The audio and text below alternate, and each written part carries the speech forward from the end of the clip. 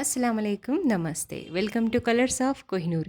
ఈ వీడియోలో నేను మీతో షేర్ చేయబోతున్నాను చింత చిగురు మామిడికాయ పప్పును. ఈ విశాలమైన చింత చెట్టు మా ఇంటికి ముందరే ఉంటుంది. వర్షం పడినప్పుడు ఇందులో ఫ్రెష్గా చింత చిగురు అనేది వస్తుంది. చాలా టేస్టీగా ఉంటుంది. అందుకని మీకు కూడా ఒకసారి ఈ చెట్టునైతే నేను చూపిస్తున్నాను, చూడండి.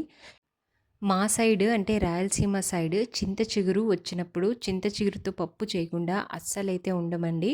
దీన్ని మేము చాలా ఇష్టంగా సంగటిలో ఇంకా వేడివేడి అన్నంలో అయితే తింటాము.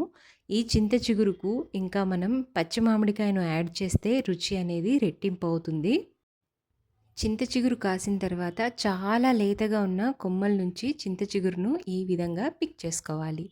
ఇలాగా చింత చిగురు నుంచి లావు లావు కొమ్మలన్నింటినీ వేరు చేసేసి చాలా లేతటి చింత చిగురుని మాత్రమే యూస్ చేసుకోవాలి. ఇక్కడ నేను ఒక పెద్ద కప్పు కందిపప్పును అలాగే ఎర్ర మిరపకాయలు అంటే పండు మిరపకాయలు ఉంటాయి కదా, ఆ పండు మిరపకాయలను తీసుకొని ఈ విధంగా బాగా కడిగి కుక్కర్లో కొద్దిగా వాటర్ వేసి కుక్కర్కు మూత పెట్టి మనం దీన్ని ఉడికించుకోవాలి.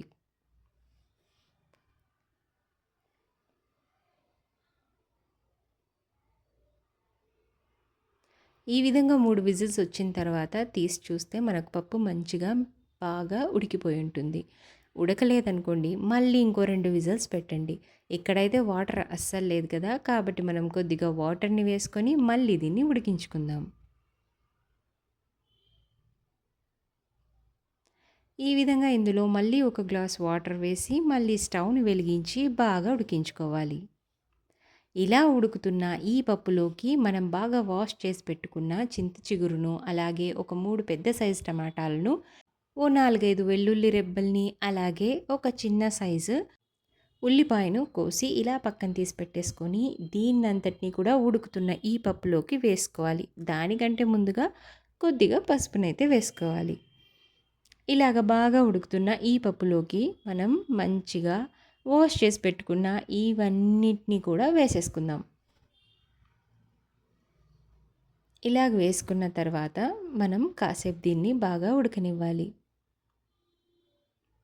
మనం రుచికి సరిపడా ఉప్పును కూడా ఇందులో వేసుకోవాలి.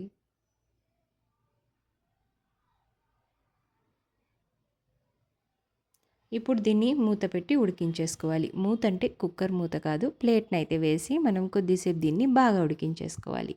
ఇలా ఉడుకుతుండగా మనం మామిడికాయ ముక్కల్ని కూడా ఇందులో వేసుకోవాలి. మామిడికాయ ముక్కలు పులుపుకు సరిపడా వేసుకోవాలండి. చాలా పుల్లటి మామిడికాయ అయితే కొద్దిగా వేసుకోండి, లేదా తక్కువ పులుపు ఉంటే కొంచెం ఎక్కువ వేసుకోండి. ఎందుకంటే మనకు చింత చిగురు కూడా పప్పుకు పులుపునిస్తుంది. అలాగే టమాటాలు ఇంకా మామిడికాయ ముక్కలు ఇవన్నీ కూడా పుల్లవే కాబట్టి చూసుకొని వేసుకోండి.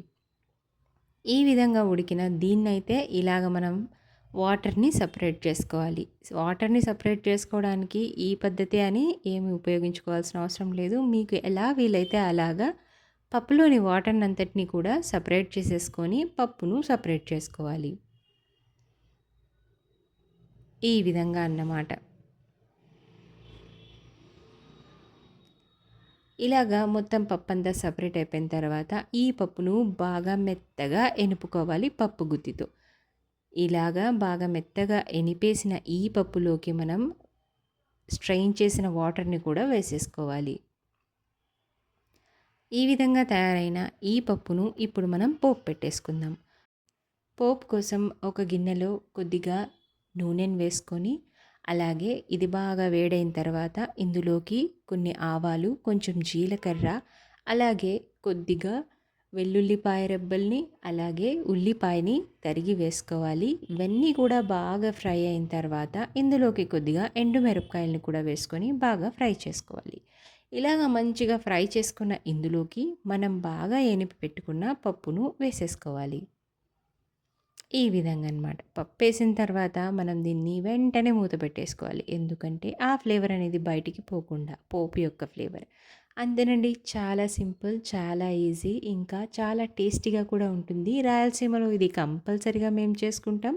మీరు కూడా ఒకసారి దీన్ని ట్రై చేసి చూడండి. ఇది రాగి సంగటి ఇంకా వేడన్నంలో చాలా బాగుంటుంది. ఈ పప్పును ఈరోజు తయారు చేస్తే ఫ్రిడ్జ్లో పెట్టుకొని నెక్స్ట్ డే తింటే ఇంకా చాలా టేస్టీగా ఉంటుంది. ఒకసారి అయితే ట్రై చేసి చూడండి.